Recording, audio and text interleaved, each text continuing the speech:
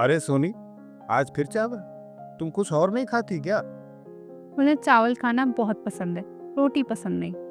और ये तो कोई जंक फूड भी नहीं है, फिर भी आप मना कर रहे हैं। ठीक है, पर कभी कभी कुछ और भी ट्राई करना चाहिए, क्योंकि अलग अलग खाने से ही जरूरी पोषक तत्व मिलते हैं। और अगर इतना ही शौक है चावल खाने का, तो फिर जलवायु परिवर्तन को रोकने के लिए भी मेहनत करनी पड़ेगी। जलवायु परिवर्तन, इसका चावल खाने से क्या लेना देना? क्योंकि जलवायु परिवर्तन से चावल में जहरीले तत्वों की मात्रा बढ़ रही है। क्या? ये क्या कह रहे हैं आप? हाँ, तुम्हें ये देखना चाहिए, देखो। हमारे भोजन का सबसे अहम हिस्सा चावल अब धीरे धीरे एक नए खतरे की ओर बढ़ रहा है।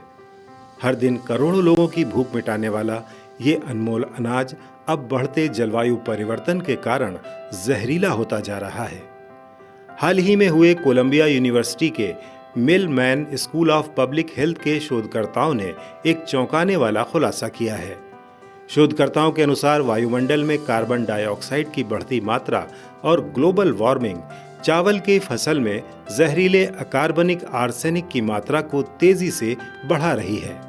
अकार्बनिक आर्सेनिक प्राकृतिक रूप से बनने वाला एक ऐसा तत्व है जो मिट्टी और पानी में पाया जाता है।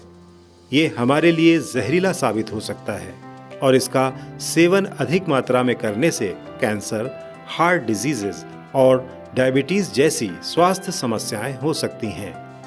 वैसे तो अन्य खाद्य पदार्थों में भी आर्सेनिक होता है, मगर चावल में इसकी मात्रा अधिक होती है, क्योंकि चावल की खेती के लिए पानी का बहुत इस्तेमाल होता है, जिस कारण से आर्सेनिक के लिए मिट्टी छोड़कर चावल में दाखिल हो जाना आसान हो जाता है। चावल में बढ़ रहे आर्सेनिक के स्तर की जांच करने के लिए शोधकर्ताओं ने धान की 28 किस्मों पर लगातार 10 वर्षों तक अध्ययन किया और उन्नत मॉडलिंग की मदद से 7 एशियाई देशों में चावल की खपत और उससे जुड़ी स्वास्थ्य समस्याओं का आकलन किया। तो पता चला कि अगर आने वाले समय में वैश्विक तापमान में 2 डिग्री सेल्सियस या उससे अधिक की वृद्धि होती है और वायुमंडलीय कार्बन डाइऑक्साइड का स्तर लगातार बढ़ता है, तो चावल में आर्सेनिक का स्तर खतरनाक हद तक पहुंच सकता है।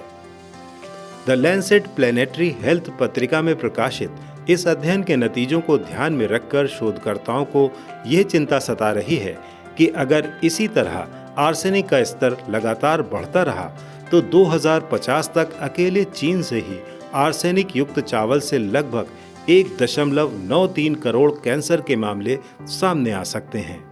इतना ही नहीं, बाकी एशियन कंट्रीज, विशेष रूप से Bharat, Bangladesh, Vietnam, Indonesia, Myanmar और फिलीपींस में कैंसर और अन्य गंभीर बीमारियों का खतरा बहुत अधिक बढ़ सकता है।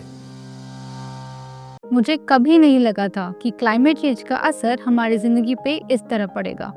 मुझे तो लगा था बस तापमान बढ़ेगा, थोड़े बहुत पेड़ लगाने होंगे, इतना ही।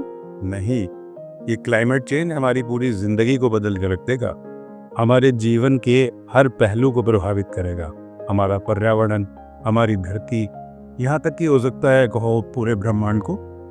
तो क्या अब मुझे चावल खाना बंद कर देना चाहिए? नहीं नहीं, चावल खाओ, लेकिन दिन भर चावल पर ही मत टिके रहो।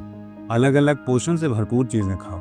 देखो, जहर जब एक मात्रा से ज्यादा आपके शरीर में पहुंचता है तभी असर करता है। मतलब? WHO यानी वर्ल्ड हेल्थ ऑर्गेनाइजेशन के मुताबिक इन ऑर्गेनिक आर्सेनिक के हफ्ते में ग्रहण करने की सीमा 15 माइक्रोग्राम प्रति किलोग्राम बॉडी वजन है। यानी अगर तुम्हारा वजन 45 किलोग्राम है तो तुम्हारे लिए ये मात्रा 675 माइक्रोग्राम है। अगर हम संतुलित मात्रा में खाएं और अलग अलग चीजों को अपने खाने में शामिल करें तो शरीर को जरूरी पोषक तत्व भी मिलेंगे और किसी एक चीज का ज्यादा सेवन भी नहीं होगा। बिल्कुल, अब समझ आया। चलो, आज मैं तुम्हारे लिए डोसा बनवाता हूँ। चावल के आटे का नहीं, बल्कि मिलेट्स